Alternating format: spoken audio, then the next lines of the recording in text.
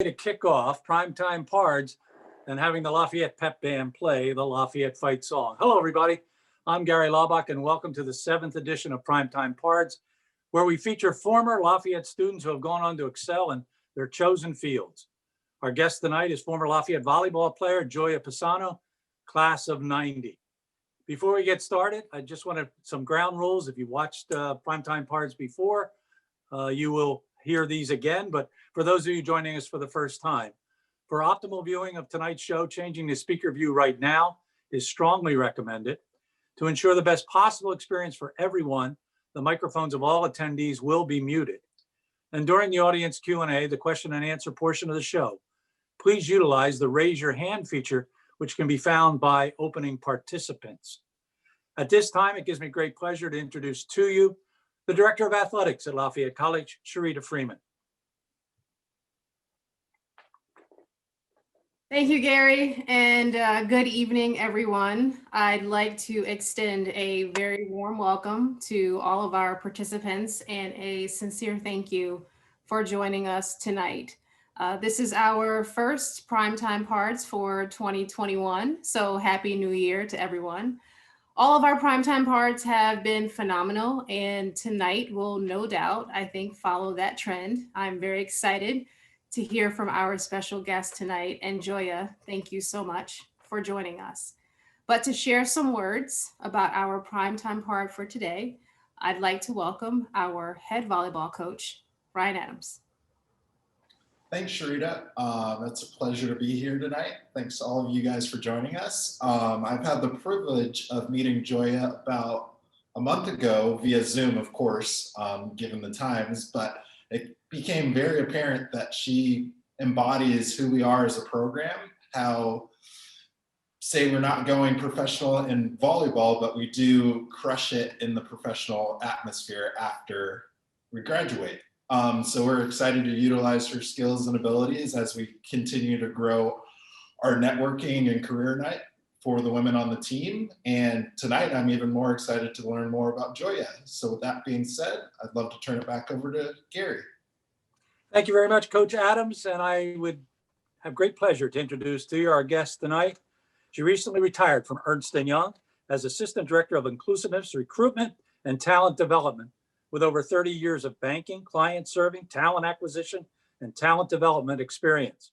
She is passionate about executive coaching, leading change, developing leaders, high performance teaming, and diversity and inclusion. In short, bringing out the best in leaders, teams, and individuals. While at Lafayette, Gioia started all 4 years as a defensive specialist on the volleyball team. She was elected captain her junior year. She was on the cover of the brochure. Her parents were very excited about that. And our team had about a 50% win record over those 4 years. She held leadership positions within Delta Gamma and spent a semester abroad in Rome. She worked as a tour guide and gym monitor while on campus. So with great pleasure, from the class of 1990, let me introduce to you Gioia Pisano. Gioia, welcome. Thank you. Hi, everyone. It's good seeing you. Well, my first question, since I'm married to a Luba, you are a Gioia. I'm sure there's a little bit of a story behind your name, your first name. Yes. So in the Italian alphabet, there's no letter J or letter Y. So I ended up being Gioia, which is, and I'm the firstborn. Until your child, it's like Gioia Mia, my love, my joy. So it was Gioia. But then my brother got Michael. So I was always like, how did I get to be Vowel Girl? And he got Michael. So it always, it's a little off for me, but it works. So you become super famous. You'll be great on Wheel of Fortune.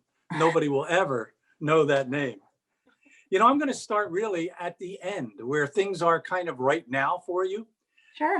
You gave me a great quote. You said it was the right time to retire and disrupt yourself. So you retire at the age of 50, 51. You did it. You said you wanted to do that.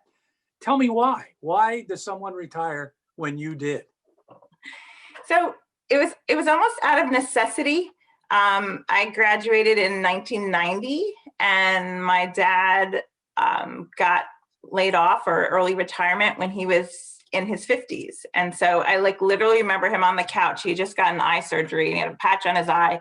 And he told me that he had gotten an early retirement package and that he was leaving the company that he'd been with his whole career pretty much. And so it just occurred to me that I would need to be prepared to be let go in my 50s. Like it was like ingrained in my head. I didn't know how to do that at that point, but it set the goal that I couldn't act like, oh, I'm not sure this was going to happen to me, you know.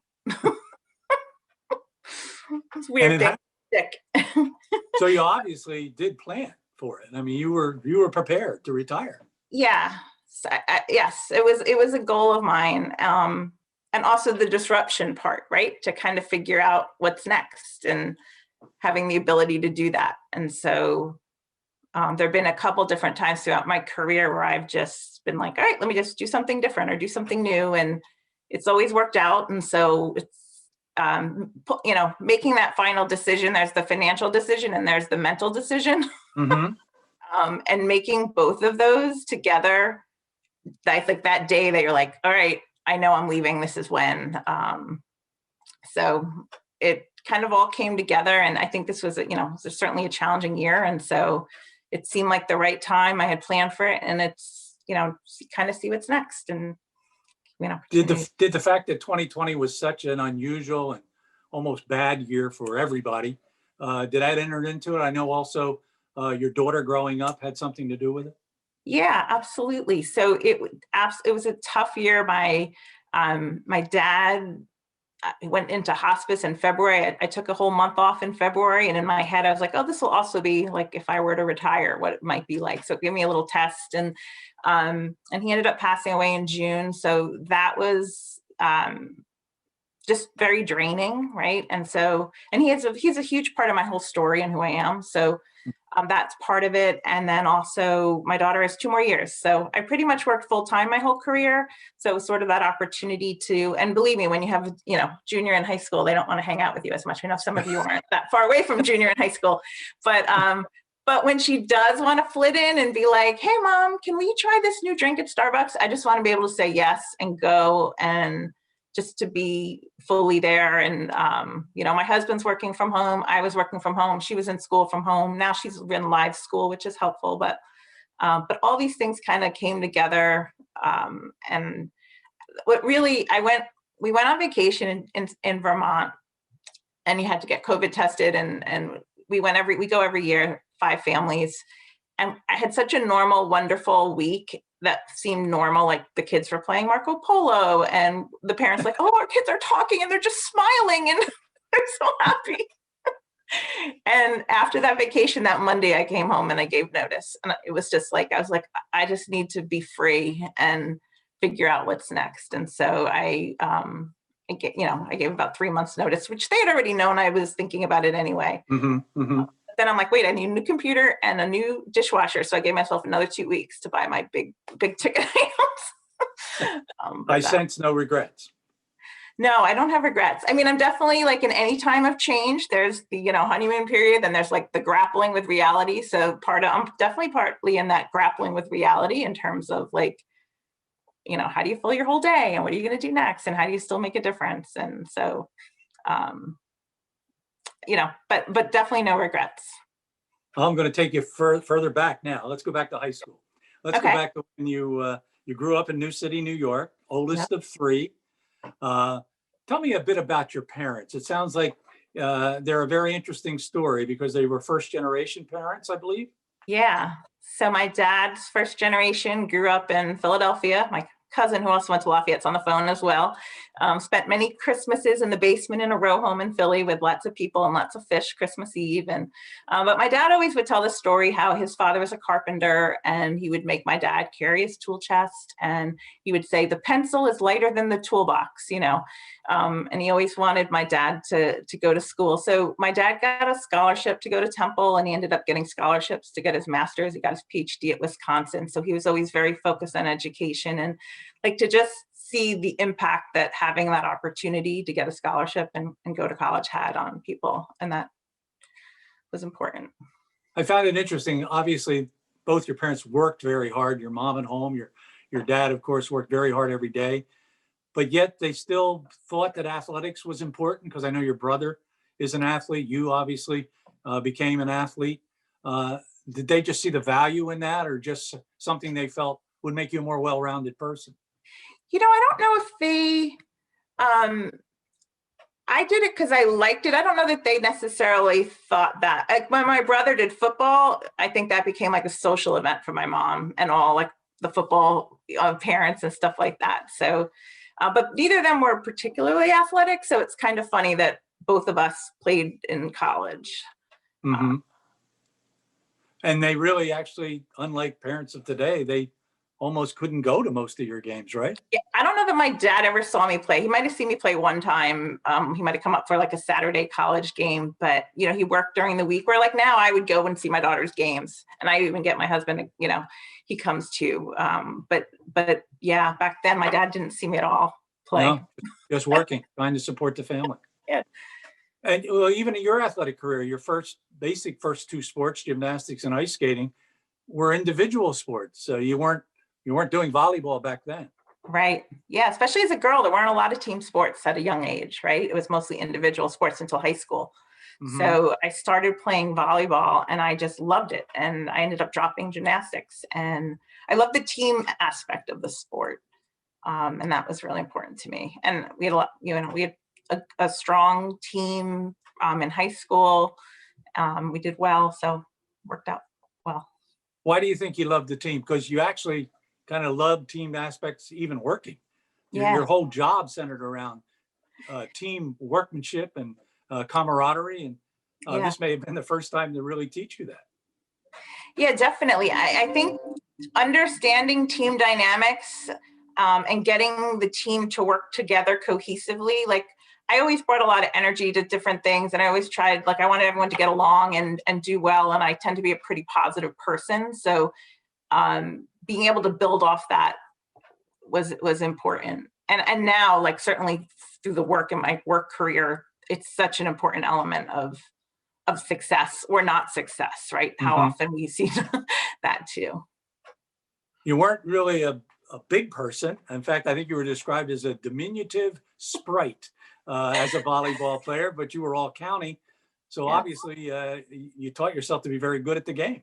Yeah, I was in the back row all the time. Actually, I played all the way around in high school, but primarily in the back row, and I would dive for everything. And but it was funny in the newspaper because it was like diminutive sprite, and so that was this big thing back then. But I'm sure as important as sports were to you, I would venture to guess for your parents, academics were more important, right? Yeah, so they definitely, had high expectations from an academic perspective. And my dad definitely helped me with all my classes that were challenging. I definitely cried at the dining room table sometimes. It's like, the tennis court is 75 times long as this one. And I'm like, I don't care, I'll just go out and measure it. Yeah, so X equals Y plus, they just didn't, I was like, fit in. All right, so now you have to start thinking about college. Yes. And I know early on it was all about Bucknell, but not necessarily for academic reasons. So I met this guy he's a freshman at Bucknell. I was a senior in high school and I liked him. So I needed to figure out how I'd get out to Bucknell to see him. So I planned this great college trip where we'd go to like Lafayette, Lehigh, and Bucknell. And, I had met the Lafayette woman at our school, but my dad was like, I'm like, Dad, you have to take us to this college trip. And so that is what introduced me to Lafayette. So we got to Lafayette.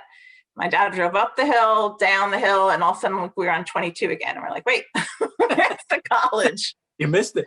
We missed it. And so we drove back up, and my dad, which this just was crazy to me, like he's like, let's go talk to the volleyball coach, which I was like, okay. So we went down to the not alumni gym, whatever. Went to the gym. We found Barbara Young, who was our coach at the time, and she was shorter than I am, I think. That's a good sign. And I told her that I, played volleyball, that I was in all county, and she asked me about my SAT scores. She's like, oh, if you like Lafayette, you could come early. And so I walked around campus, there was like a ton of cute guys, and like everyone looked like they were having fun. Everyone's like playing outside in the, on the grass. And I was like, oh my gosh, I wanted to come here. So that was my first impression. Did you get to Bucknell and Lehigh to We visit? did, yes. So we got to Bucknell and Lehigh, and we could say the coaches there were not as excited to see me as the Lafayette one, but Lafayette was losing 6 seniors. And so she was in that mode where she's like, wait, we need 6, because we only had 12 people back then on a team. We didn't have as many people. So Plus, you may have been taller than Barb and not nearly as the other coaches at Bucknell and Lehigh. They were probably yes, taller. they were taller than me. So Yeah. Well, at Bucknell, did you see the young man that you were? yes, we went to lunch, all of us. Yep. And he gave us a tour of Bucknell. Never persuaded you. Change your mind. That's great. So you come to Lafayette, and there's 5 other freshmen that are also going to be part of that team, and you guys linked up right away, huh? Yeah. So Joanna's on the call right now. She was in my marquee with me freshman year, and she was great because she played next to me, but she was one of those players that if the ball's between the two of you, I always knew she would get it. I appreciated that about her. So there we are. This is a throwback. I went into the basement and pulled this out of my scrapbook, which you can tell is very old. But there, tell us who is it? Who's there? Joanna's on the left, and Chris, and then I'm in the middle, number 4, and then Penny, and then oh my God, I'm blanking on her name right now. And then Barb Spruck was another freshman on the bottom there. So Catherine is on the right. Sorry. I know after the visit, you came home and told your mom that there were cute guys on campus. You really liked the volleyball coach, and you were going to play volleyball. And I thought your mom asked the most appropriate question. Like, Gioia, do they have anything that you want to study? And I'm like, Mom, they have a lot of different majors. It doesn't matter. I can play volleyball, and there's cute guys. And she was like, all right.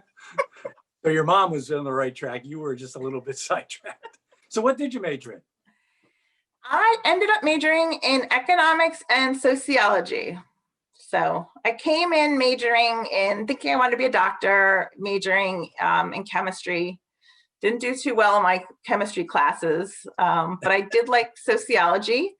But I also felt like I needed a major that would also allow me to make some money. So I ended up double majoring in economics, business, and sociology. And science was not part of that. Yeah, I didn't end up with the that. program that was going to work.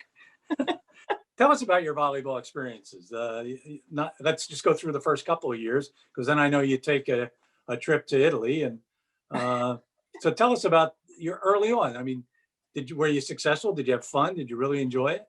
Yeah, we had a great time. I mean, just to be able to come on campus and have 5 other women that you hung out a lot with and got to know, and we all started for 4 years, which was pretty cool. So it was a great group. But the other thing was the wider community. Like, we always ate dinner. Back then, we ate with the football players, we knew the track team. And so there was this wider sports community, which was great. And even, back then we had like cocktail parties every Saturday after the football games. And there was a lot of networking with that. And so just the community at Lafayette, like I would walk up and down to say hi to like everyone. I felt like we knew everybody on campus. I would write my dad. I'm like, dear Dad, Lafayette is worth $14,000 a year. Like, I love it. You know how painful that is to parents of today? I would wish it would be 14 grand a year, Yeah, right? Exactly. That's Exactly. awesome.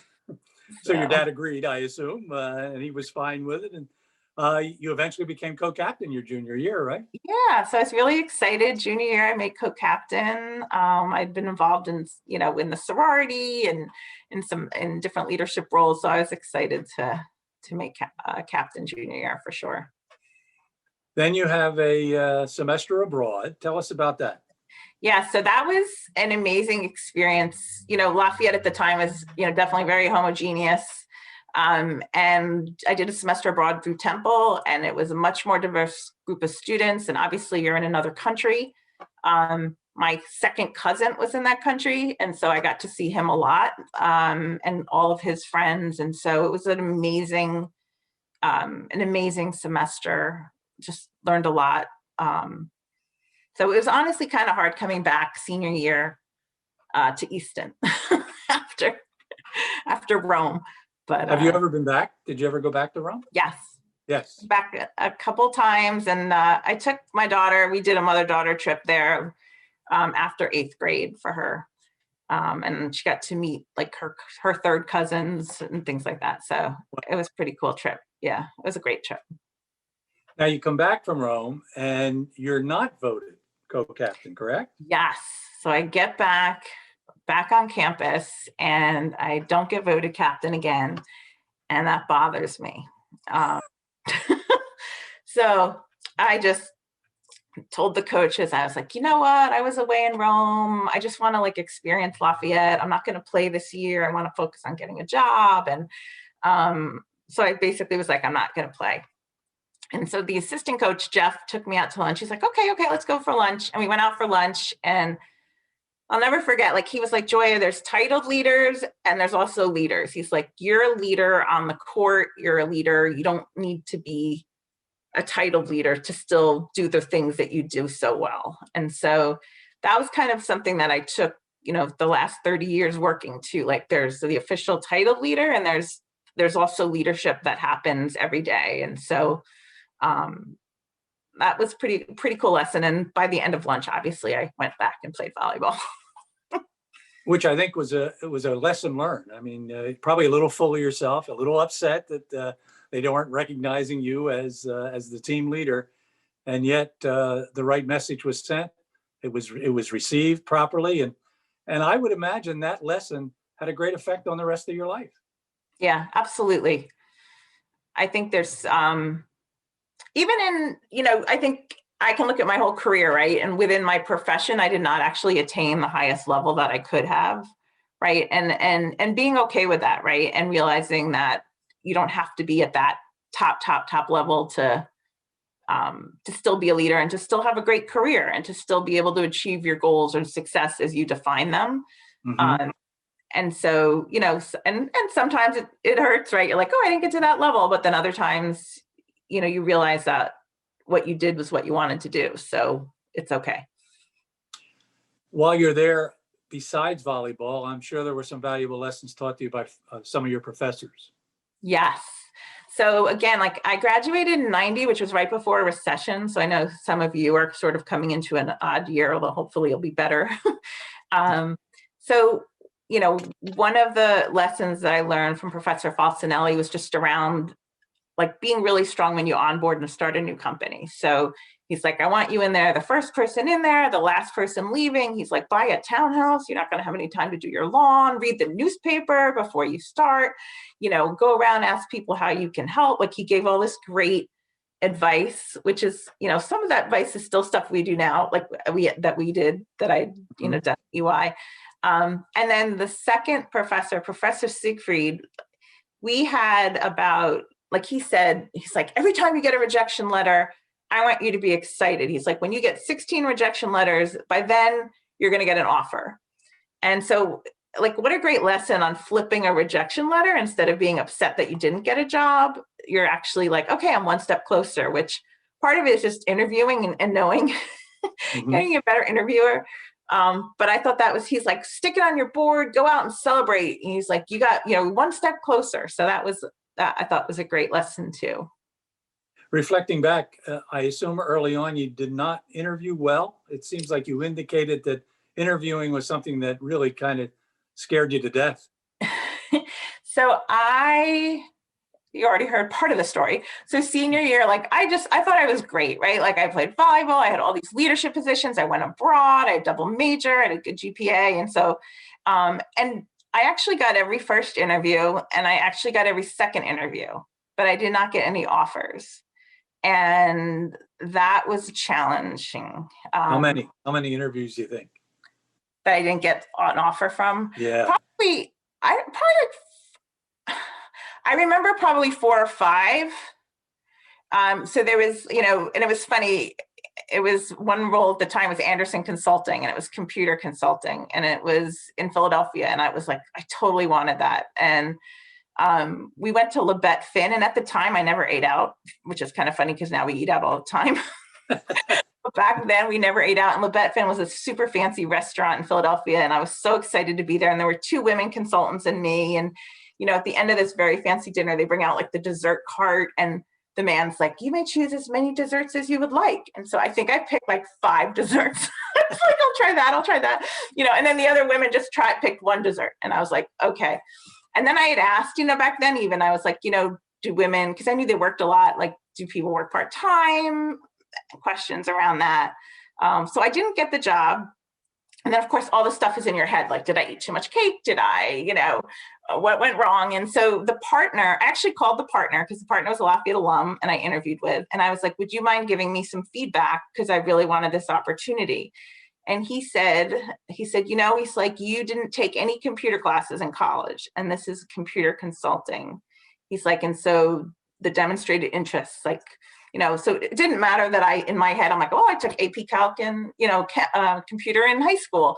But that was good feedback. And then there was another program, which was with a fantastic company, and you got your MBA. And I went into New York to interview for that. And it was actually in a hotel lobby because they outsourced the interview part. But anyway, there was a person before me that I could see because you're sitting out there. So anyway, that guy leaves. I have the interview. At the end of the interview, he does ask me, he's like, how are your interviews going? And I was super honest. I was like, well, I get every first interview, I get every second interview, but I haven't gotten any job offers. So at the end of the interview, he said to me, he's like, can I give you feedback? And I said, sure. Wow. And he said, you're like a steak with no sizzle.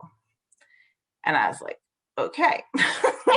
And he's like, do you think the guy that just left here told me he didn't have any offers yet? He's like, you do not need to tell me that. He's like, you have a lot going for you. You don't have to explain why you didn't get an offer. Which was kind of interesting. I did leave crying. Understandable, yeah. But I got every job after that. And so, part of it is once you get the feedback. So the funny thing was the next job I got, the CFO was from Lehigh. It was for a company that I didn't really like. It was, so I turned it down, but I was kind of like sad. And I opened up this, the newspaper, and it was like cruise lines hiring. And so I ended up applying to work for a cruise line, which I never would have done had I gotten all these other jobs that were like my ideal job that I totally wanted. And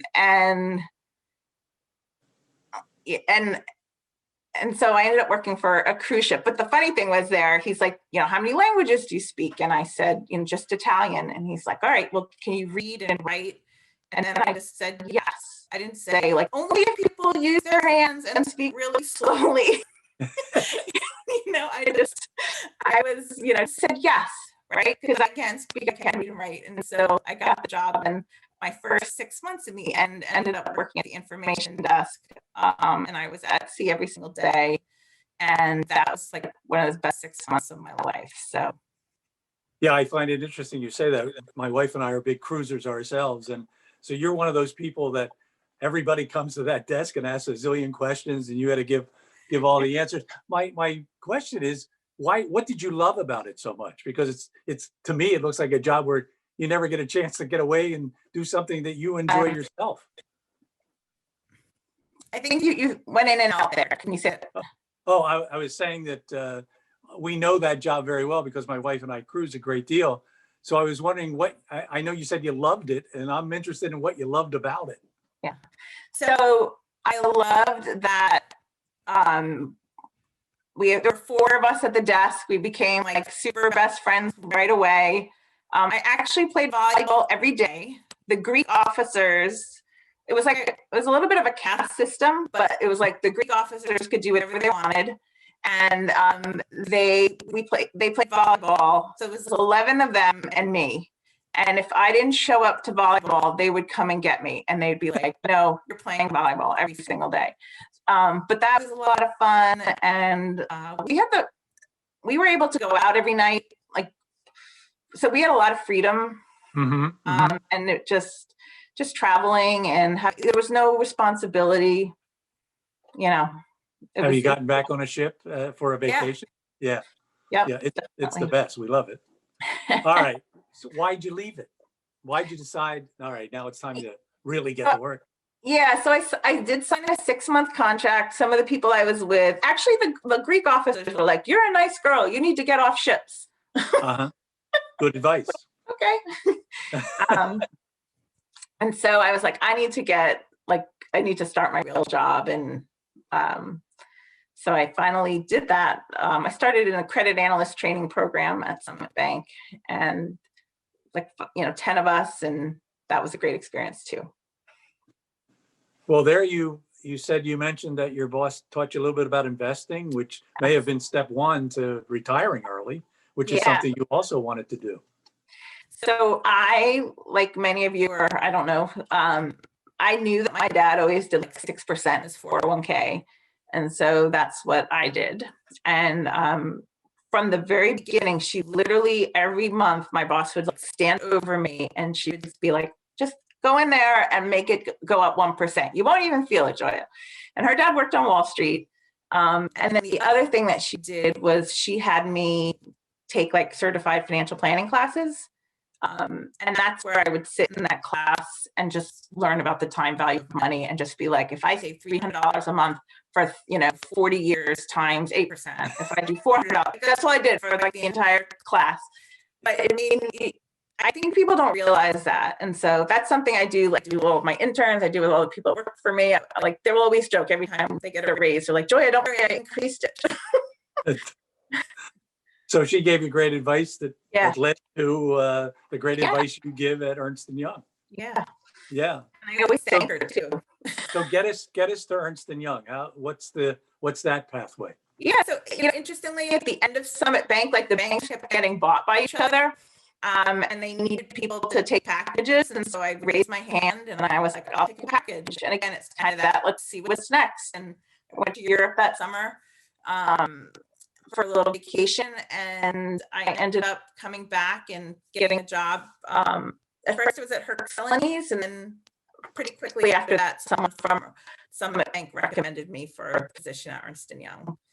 And it was in their financial advisory group. So it was doing municipal bond deals, being a financial advisor for municipal bonds, which I really had never done. But it was funny, the partner I interviewed with, he's like, "Oh, you went to Lafayette," and he knew the guy that I work with, he played golf with. And so it was like one of those things where like a bunch of things came together pretty quickly. And that was like, 23 years ago. The Lafayette network's pretty amazing, right? Yeah, definitely. And interesting that, we'll get into that in a bit, but interesting that now you kind of are a part of that also, which is also a life lesson. It's amazing, I think, as you always look back at your life, how so many little things that occur end up being rather big things later on in life.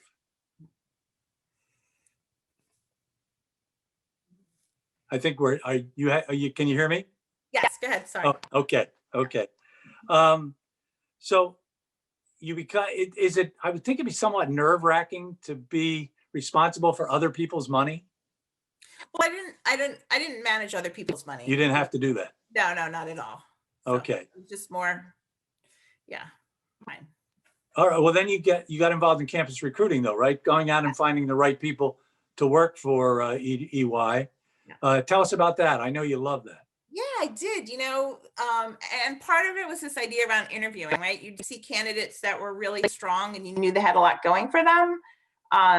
And maybe they interviewed okay with you and you wanted to move them forward, but a lot of times I would give them feedback. I'd let them know like, hey, I want to move you forward, but are you open to feedback? And I would give them advice on how to do better in that next round of interviews. Mm-hmm. And that really helps you build relationships with people too, because they know that you're interested in them and their success. And so I would recruit people. At the time I was leading campus recruiting for New Jersey, our New Jersey office. So I'd make them offers, and then being able to see them kind of grow in their career was really, really rewarding. You're involved in something that's very important as you and I speak, and that's diversity recruiting.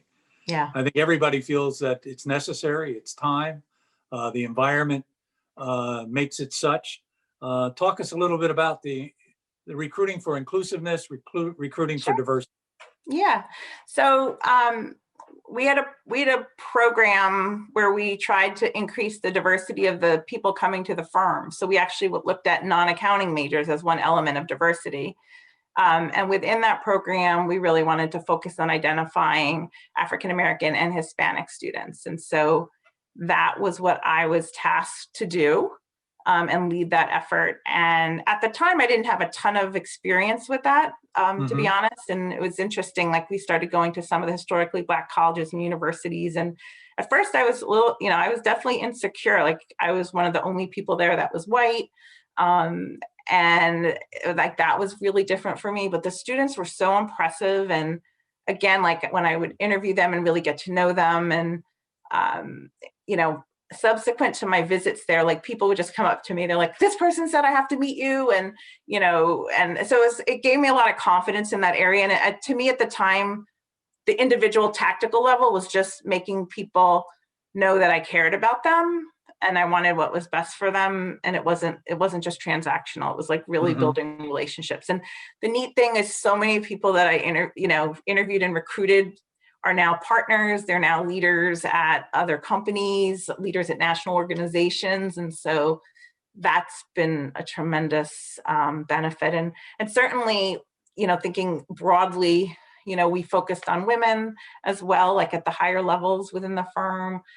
We did outreach to LGBT students and veterans. And so like over the years, like I would focus on different aspects from a diversity perspective, and then different people on the team would continue. But just making sure that we had, a lot of different perspectives at the firm and that people could be successful and feel like they belonged. And that was important. And you were doing this before. Now, obviously, everybody thinks it's very important to get it done. But you were doing this, you were kind of ahead of your time, I would think. Yeah, this is like 2002 when we first started. I mean, wow. the firm focused on it, but that I first started in 2002. So it was certainly a long time ago. You got involved in, go ahead. I would say, this summer was really hard for me because I'm not as involved in diversity recruiting. In my last 5 years, I was focused on development. But, just all the relationships that I had, just and having an opportunity to talk to so many people and having people really share a lot. It was a very challenging, that was another very challenging aspect. Tell me what that means. What does that mean to be part of development in a company like Ernst and Young? Yeah, so I was officially talent development consultant. So I would work directly with our partners and their teams. So we did a lot of high performance teaming activities. So if you had an engagement team with a client or you had a practice, we would do global people survey results, things like that. And I'd have the opportunity to work closely with the teams on, what do we do well as a team? What could be done better? How are we going to track our progress? What are we going to do differently? So I would facilitate different sessions. Sometimes they would facilitate different sessions. They'd come up with ideas on how they want to communicate better, whatever the challenge was on that team, but how to increase the performance. So that was, I love that aspect of the role as well. And I know you never left your association with Lafayette. You did some recruiting at Lafayette. Tell us about that experience. Yeah, so certainly connected a lot with Rosie Bukix over the years in terms of, those students that were interested in accounting or may want to go back and get their master's of accountancy. And so we had different programs that we could offer different students or just, share different universities that would have master's of accountancy programs because it's a great place to start your career. I assume you have a high regard for Lafayette students and their abilities and their intelligence, and yes. Seems like a perfect place to go to recruit. It absolutely is. And we actually, at the time, I was sort of one-off recruiting there for our programs that targeted liberal arts majors. But now I know we have like a full team that recruits at Lafayette for some of our advisory practices and things like that too. So, and a couple partners from Lafayette too. Which always helps. There are also some perks with being employed by Ernst and Young. I know you went to the World Cup. Talk about that experience and some of the perks you got because of your employment. Yeah, so I would say, certainly I traveled a lot. And when we traveled, we stayed at nice places and we had nice food, and there's a lot of camaraderie. But I did get a chance to, I bought tickets for the World Cup and we couldn't find a place to stay. And so we were like on the Ernst and Young site, constantly trying to, waiting for a hotel. And so we finally booked the Sheraton. We get to Vancouver, and next thing, there we are, yay. And so next thing you know, we ended up being at a hotel with the women's national team. And so we got to see all the players, and Sierra's like, Mom, did Ernst and Young know they were going to be here? And I'm like, no. But, You should have just said yes. Yes, I they was put like, oh, up specifically because of who I am. I do get to go to a lot of conferences and stuff, which gives them the opportunity to travel, which is nice. I visited Joanna when I was out in Colorado. So anytime, I traveled, I would try to connect with people. And I think too, just hopefully it gave me good opportunities to be a good mom. Like I actually attended like a negotiation session, and then something came up at school. And so, I was like, all right, this is how we can negotiate it, and had a whole conversation with her where she was like 12. But, and then anytime we go shopping, she's like, Mom, this is yellow and gray. Like you have to buy this, so, but it's good. Parenting is nothing more than negotiations, right? Yes. It's what it's all about. So you stayed at Ernst and Young how long? 23 years. Wow, 23 years. Was it hard to walk away though? I mean, was there some apprehension in the back of your mind that this is a little too young, this is not the time? I didn't feel I was too young, because I felt like the role with COVID, like I wasn't traveling, like all the parts that I loved about the role, I wasn't doing because of COVID, and it didn't seem like it was going to change anytime soon. And I just felt like I could figure out something else to do.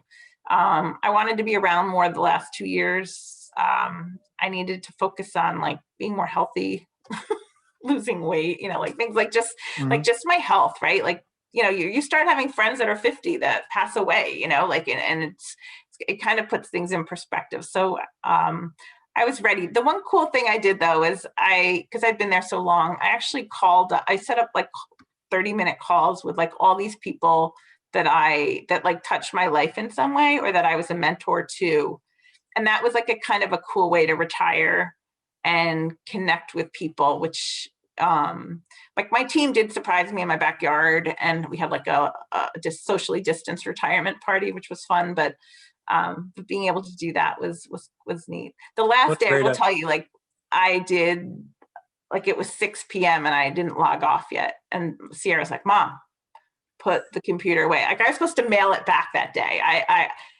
So that day was a little sad. So definitely that first day I was definitely sad. I can understand. Yeah. And now getting a better understanding of who you are, you're a people person, and this year has not been a good year for people. Yeah. Yeah, no question. Your legacy, what do you want people to remember about you and your time at EY, and what do you want to put out there for people who are just now looking for work and leaving Lafayette and want to move on into the world? Yeah, so I would say for people that are kind of making that next step, I think the world's going to be really different in 5 to 10 years from a work perspective. I think being able to be agile and flexible and making the best out of every situation is going to be important, whether you work, virtually or combination. I just think that agility mindset is going to be really critical now, and being able to build relationships is important too. And I think that might be a little more challenging going forward if things are a little more virtual. Not that it will be that way forever, but I think that can be a challenging. But I think that, just be open. I also say, like, go to where the energy is. Like, if you have an opportunity to do something really cool and fun, a year or two out, that's okay. Like, do it. You're going to be able to work the rest of your life. Yeah, have no regrets. Yeah, like, take advantage of different things that you want to do, and You obviously have had a great impact on a number of people's lives. You have to really treasure that. I do. Like, I did spend time. Part of what I also do in my role is like coaching, and we actually have, teams of people that do retirement coaching. So, looking at all that material and really spending time thinking about like, what were my accomplishments? What am I most proud of? And then theming that. So for me, it was really the relationships that I built and the impact on so many people who had, similar to getting a scholarship and going to college, like the opportunity to work at Ernst and Young and, have such great career opportunities, like that has a lot of impact too. So to the extent that like I had a lot of relationships with tons of people, just doing recruiting for so long, that I would say would be my biggest legacy. And then I was also really innovative and creative, which was a little hard at an accounting firm at first. Mm-hmm. It's like a lot of people are very linear, and I'm like, well, we could do that, we should do that, and like kind of the liberal arts, right? Like, let's connect this piece with that piece, and like, how do we make it work, and how do we solve a problem, and sky's the limit. And so I was able to, I basically was touched like almost all of our inclusiveness programs, like new programs or new initiatives, and that was, I love doing creative things and just being innovative. So that was something else that. It's a shame you have no energy. So what's next? I mean, you're not going to sit back and do virtually nothing. You can't. I mean, I know you want to be a mom, but you want to be other things, I would think. She doesn't want me to be a mom, so. Yeah, right. It's funny. I did just accept a role with UNC Chapel Hill, so I've worked closely with their Masters of Accountancy program.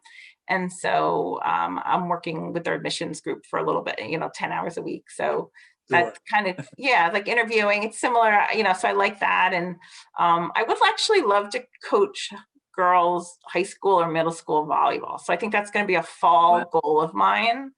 I'm passionate about, women's sports and women's leadership. So I think to kind of combine the teaming leadership corporate side with the athletic side. And so I think that would be pretty cool to do too. So I know Barb Young is watching. She's going to feel real good that she instilled that. Hi. Yeah. So you want to be a coach. You also mentioned, I'm sure you want to travel, right? You love to travel. Yes. Oh my gosh, this is really killing me. Yeah. All of us. All of us, I'm sure. So what's your bucket list? What are some of the things you want to do in terms of travel? We have so I would like to go to the Galapagos. I want to go to Chile. I want to go to Antarctica. I want to do a safari in Africa, Victoria Falls. I got a long list. Australia. Wow.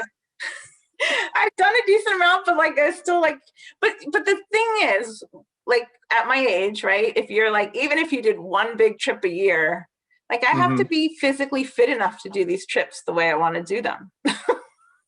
So that's number one goal is I gotta go. Ready. Yeah, we gotta. So right now you're ready to take on the turtles at Galapagos, but you want to go. I would love to do that. Yes, there's so many. Yeah, I want to go to Machu Picchu, right? Like there's so many things, places that I want to be able to be like able to do that. Well, I don't think you mentioned anywhere that a ship doesn't go, so you can still get on a ship and then continue cruising. Yeah. I do have a question from one of the viewers. What did you learn at Lafayette that you took with you and remembered during your professional career? I think what I learned at Lafayette was around just the relationships and being friendly and networking. And that was something that I've continued to use throughout my career. And I probably stay in touch with 3 or 4 people still at Lafayette a lot. So I don't, it's not that I've kept in touch, but those were like my best friends when I was there. But that, and also like just the liberal arts education too, of just being able to connect dots and different ideas and pull things together has also been something that I've taken with me. I noticed you've hung up some of your daughter's art behind you. Yes. Gotta come up with things to do. That's some busy, painting. I think she was like 8 years old. She painted that. I was like, oh, we need some art in this and we have our little guest room here. So. Well, it has really been a pleasure talking to you. We thank you so much for joining us on Primetime Pards. I wish you well in your retirement, but I have a funny feeling that retirement may not be the right word. I think you're just on to bigger and better things that you love to do. But thank you so much for spending time with us. Thank you. Okay, that's Primetime Pards this edition with Gioia Pisano, the class of 1990. I would like to remind you that we are selling Lafayette cutouts. If you've watched any of our basketball broadcasts, you realize that you can get a cutout that's placed in the Kirby Sports Center. And all you have to do is go to goleopards.com, and those cutouts are available for you. During the basketball games, you'll be able to watch yourself watching yourself, which is kind of interesting. Also, Lafayette celebrating 50 years of co-education. So obviously you can go on goleopards.com and find that as a link. And we invite you to do that. So 50 years of co-education, go to news.lafayette.edu and you'll be able to find that. We will have upcoming Primetime Pards for you. They have all been good. We've covered already 7 different sports. Volleyball, our focus tonight. And once again, we thank Gioia Pisano for joining us. We thank all of you for joining us. So for goleopards.com for Primetime Pards, I'm Gary Laubach. Good night, everybody. Thank you.